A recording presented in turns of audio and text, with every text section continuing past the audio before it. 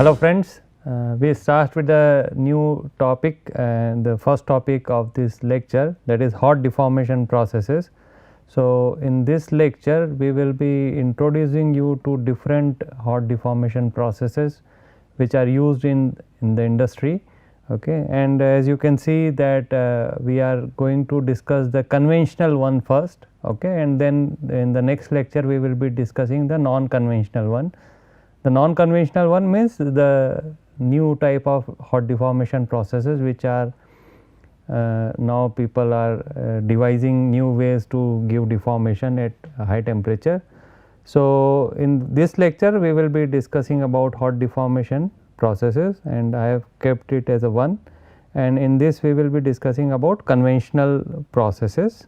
So, the one of the most used processes which you can find in any industry which does material processing is what we call as hot rolling.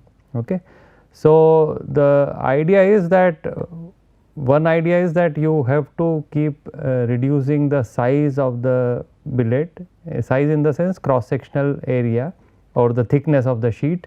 Okay. So, from the after casting what you get is big billets or ingots, okay, and those ingots have to be processed initially, and you want to impose very high strains, okay, to break the dendritic structure.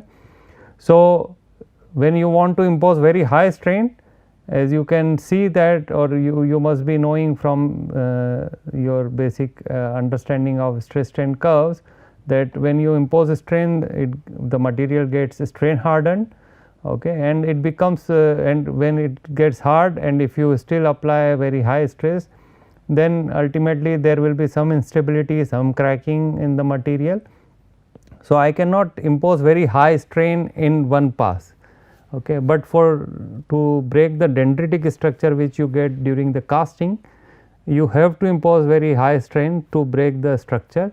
Okay. So, the initial processing of any material after the casting process is usually done at a higher temperature, and that is why these are called hot deformation processes or thermomechanical processes. That means, you have temperature as well as some strain is introduced, and these processes are, that is why called as thermomechanical processes.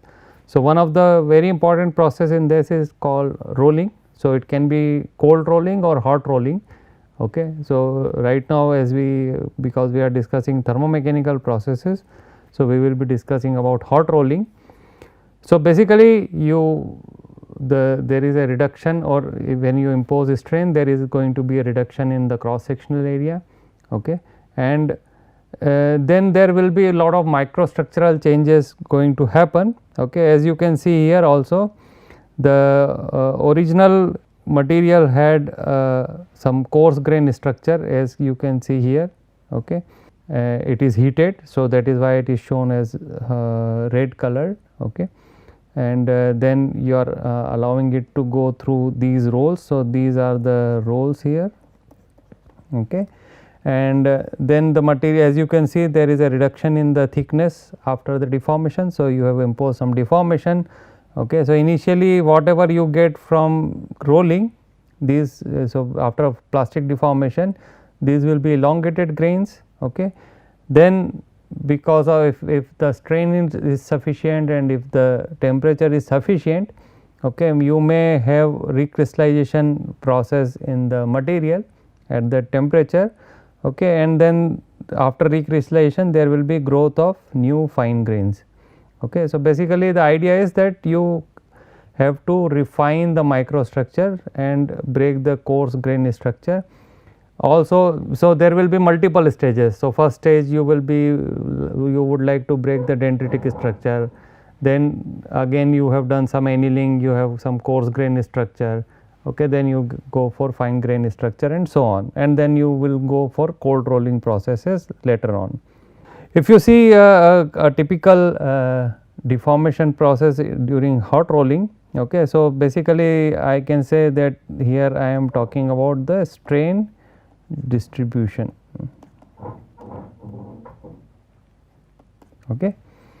So, you can see that on x axis you have the along the rolling direction, okay, and y axis is where you have the thickness of the material, okay. And this is some work I have taken from a journal called Journal of Material Processing Technology, okay. So, basically what they are trying to show here is that what is the strain distribution at different stages during the rolling, okay. So, you can see that roll must have started somewhere from here, okay, and somewhere here the roll must be coming out. So, it must be something like this, okay. And you can see that how much strain is introduced at different stages, okay. So, from 0.1 strain you are going up to 0.61 strain, okay. And in the second slide they are also trying to show you that what are the strain rate distribution, okay, and the values are given here. So, from A which is 0 strain rate to 2.5 into 10 to the power 1. So, 10 to the power 1 is written here.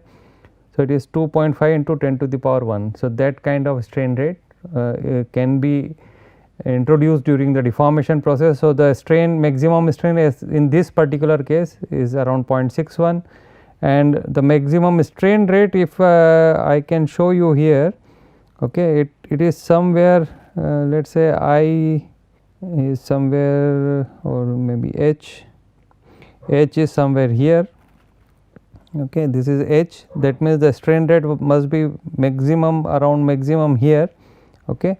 And this combination of temperature, strain and strain rate is going to bring out the change in the microstructure, okay. The next process is what we call as hot forging, okay. So, very simple process, basically you ram there are two rams. So, this is a fixed ram, then there is a moving ram here, okay, and then you kind of bang the material at a very high strain rate, and the strain rate you can choose by depending upon the rate at which you are hammering the material, okay. So, it is a similar process like a hammer, okay, which you must have seen any blacksmith doing next to a road who is working on material or steel, okay, that they are hammering the material. So, this is a similar process, okay. Only thing now in this case the machines must be very large, and these are in few thousand tons, okay. And the process can be two type, okay, either it can be an open die forging or closed die forging, okay. As you can see here, it is a closed die forging. The material is confined in a particular die and it is kind of forged, okay. In an open die forging, basically it is very simple, you have a fixed ram, some material is kept here, okay, and the top ram is hammering it, okay. So, as you can see here, there is no confinement in this direction, okay. So, material is free to flow in this direction. So, whatever shape it is going to take, it can take, whereas in this case you can see that there are die around it. So, it is going to give a particular shape to the billet, okay. So, a preheated metal billet will be kept, and then you will hammer with the upper ram, and material will be kept on the lower ram. So, it can be done at a repeated cycle. So, it will not be a one short process, you keep hammering till the material take the shape of the die. Again, people have done studies, some experimental, some FEM simulations, okay, just to show that what kind of strain rate and temperature you can attain in the material, okay. As you can see, the effective strain is plotted here and the color coding is given here, okay. So, blue is very low strain, red is very high strain, and they are trying to show that where the high strain is achieved, okay. So, basically idea is that in the same deformation process you achieve different level of strain and strain rate in the material, okay. So, understanding of thermomechanical process is very important to know whether you are reaching a deformation condition which can introduce a defect in the material. Okay. So, we have to be very careful about that. Also you can see that there is a temperature profile here. So, rest of the billet as you can see is still at a high temperature, it is around 1120 degrees Celsius. Okay. And the blue color is where the ram comes in contact with the billet. Okay. So, because ram must be at low temperature compared to billet, you can see that lot of heat must have been dissipated from there. So, that is why you see this all low temperature region on the top. Okay. So, that also we have to account for, that there can be temperature variation in the same material, strain variation, strain rate variation. Okay. And again they have compared the experimental and their modeling results. So, they have plotted stroke on the x axis. Okay, and load on y axis in tons. Okay, and trying to show that how the load variation takes place as a function of stroke. So, before forging the material had this kind of shape, after forging it became something like this. Okay. Then another very important process that is called hot extrusion. You must have seen some of this kind of process at home, also in kitchen. There is one dish which we make in some part of the country, which is called chakli. Okay. So, basically you put dough of gram flour, okay, and then you have to kind of force it through an opening, okay, and then it takes that shape. Okay. Similar process here, you have a small opening here. Okay. Of course, you have to give some angle to the material, so that you can introduce the strain in the material at different levels. Okay. So, strain will increase as material is going through the die. Okay. And cross sectional area, a large cross sectional area material can be reduced to a very small cross sectional area, and in that process you will be introducing lot of strain in the material. And some zones are shown here. So, A is basically your primary deformation zone. Okay. B is your secondary deformation zone, basically where it comes in contact with the ram and the boundary of the die. C is where you will have frictional affected peripheral zone. So, material will be kind of rubbing against the die wall. So, there will be lot of frictional effect there and frictional heating also. Then you have a dead metal zone somewhere here, okay, where there will not be any deformation. Okay. So, deformation will be constrained only in this part of the material, and E is the billet zone, okay, or billet core.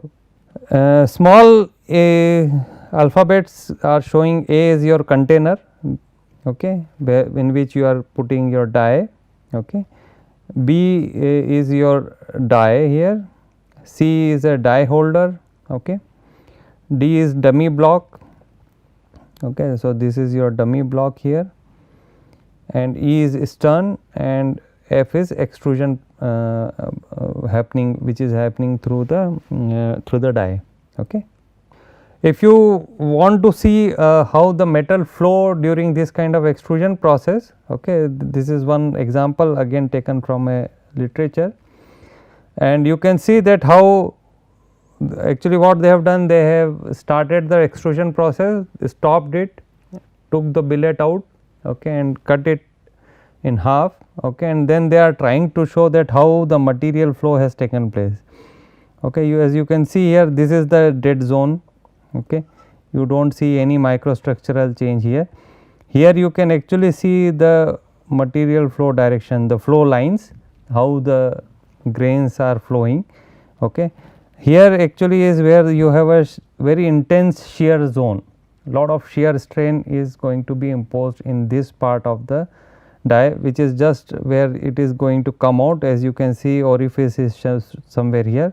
So, it is just before coming out, it experiences maximum strain here, okay, and lot of flow lines you can see are going like this. Okay.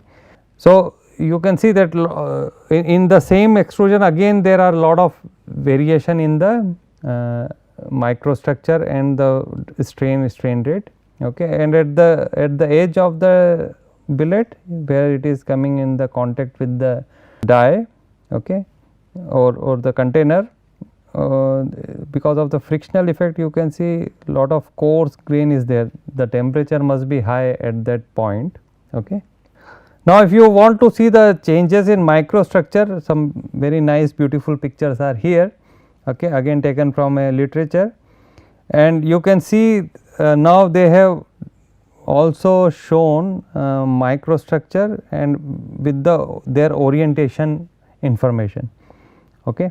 Maybe you won't be able to see this key here. I can write a bigger number here, it is 111, this is 101, this is 001, okay, and this is for 001 inverse pole figure map. Okay. So, basically what these colors are showing, which is given as a key here. So, if any grain is red color, that means the 001 axis of that grain is coming out. Okay. So, it is coming out from the surface here. If it is a green colored map, that means the 110 axis is coming out. If it is blue color, then it is basically 111 axis is coming out. Okay. So, you can see again very nicely how the variation is taking place, how the orientation of the grain is changing during the deformation process. So, this is your extrusion direction is shown here by the arrow, okay, and you can see at this point you have very high values of strain, okay, and then somewhere here. Okay. I am not sure about the strain values because it is not shown here. Okay, but what I am you can see very nicely is that how the orientation is changing. Okay, there are different zones of orientations. So, basically the texture is changing during the deformation process. Similarly, another very nice example of variation in the microstructure because of the variation in the strain in the extruded billet. So, this particular microstructure is at the center of the billet and this one is at the surface. Okay. So, you can see that in the center you have a different type of grains, okay, only blue and red ones. Okay. And at the surface if you see the microstructure is more refined because maybe the strain is higher there. Also you can see a very coarse grain structure here by this green color grain, a very big grain is there, okay, and the rest of them are very fine, that means more strain is seen by the surface and less strain is seen by the center. Okay. So, again a very nice microstructural variation you can see in the same extruded billet. This is the effect of increasing the extrusion ratio, okay, that is the ratio between the what is coming out after extrusion and what is you are putting in. Okay. And as you can see, as the extrusion ratio is increasing because you are putting more strain, okay, the grains are very coarse here, big grains are seen. Okay. Again only two type of grains, one is red one, that means 001 axis is coming out, or blue one, that means 111 axis is coming out. So, combination of 001 grains and 111 grains. Okay. And then as you are increasing the extrusion ratio, you can see the microstructure refinement which is taking place, and also you can see that the number of red color grains are increasing. So, that means you are introducing a texture also in the material, a crystallographic texture, okay, which gives a predominantly one type of orientation to the grains. Now, this is a typical processing of steel, okay, and just to show you that when you do a processing in industry, what are the different stages of processing the material has to go through. Okay. So, as you can see, the deformation or the material is starting somewhere from 1150 degrees Celsius, okay, and this hatched regions here, these are the regions where you have imposed strain in the material. Okay. So, as you can see, understand that these are all continuous processes. Okay. So, you heat the material and then it goes through the different stages of deformation. Okay. So, as you can see, these hatched regions here, here, here. These are the regions where you have put the strain. So, if suppose there are number of rolling mills are there. So, first rolling mill has introduced a strain here, another one here and another one here. Also very important to see here is that because you have heated material at one point, okay, and then it is going through these stages, the temperature is continuously dropping. Okay. So, this is a steel. Okay. So, also the temperatures different critical temperatures are also shown here. AR3 is here, AR1 is here, and this is around 950 degrees Celsius above that. So, which is TR means where recrystallization can happen in the austenite phase. So, first recrystallization region will be here. So, you start with a very coarse grain, okay, then the recrystallization is happening. Okay. So, this is my first recrystallization region. Okay, and then you can see that it is the temperature is continuously coming down. Okay, and this is a non recrystallization region, that means there cannot be any recrystallization in this particular region. Okay, and then again you are putting a strain at different stages. Okay, and then the microstructure is something like this after deformation. So, deformation in the gamma phase, that means the austenite phase. Okay. Again the temperature is continuously dropping and then you are putting deformation here. Okay. So, these are deformed alpha grains now because you are coming into the alpha region, alpha plus gamma region. Okay. So, you can see that the deformation, the actual thermomechanical processing in industry is very complex.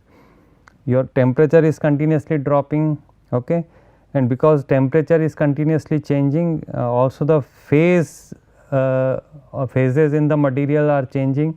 Okay. So, you start with a austenite phase, okay, then you come into a two phase region where the austenite plus ferrite phase both will be there, and then you go into the ferrite region also maybe, okay, where only ferrite grains will be there. They have different crystal structure, okay, their deformation behavior will be different. Okay. So, there are lot of microstructural information, and this kind of deformation processes have to be combined, okay, to get a very good understanding of the thermomechanical processing. Okay. And also as we have already seen that we have to see the temperature, strain and strain rate, okay, and at the same time now as you can see here there will be information about phases. Now, phases can be of different type. Okay. If we take only metallic material, most of them will be only in this region. Okay. So, maybe some phase will be BCC, some phase will be FCC, some phase will be HCP. Okay. And they will be having different type of deformation processes, okay, at the same temperature, strain and strain rate. Also we have seen earlier that the strain rate and temperature will also be different in the same material. Okay. So, if you look at all this condition or all these scenarios, you can understand that the whole thermomechanical processing is a very complex process, and understanding of that is very essential for a defect free final product. Okay. And to understand that, okay, you have to do lot of for example, if you are putting any new alloy in the market, okay, you have designed a new alloy, okay, or you are working on a new alloying system. Okay. So, for each of these alloying system or alloy which you have developed, you have to first devise a optimum thermomechanical processing to get a grain size which you want, to get a texture which you want, okay, and to get the strength and ductility in the final material which you want. Okay. And for getting that, you have to control all the deformation processes before that. Okay.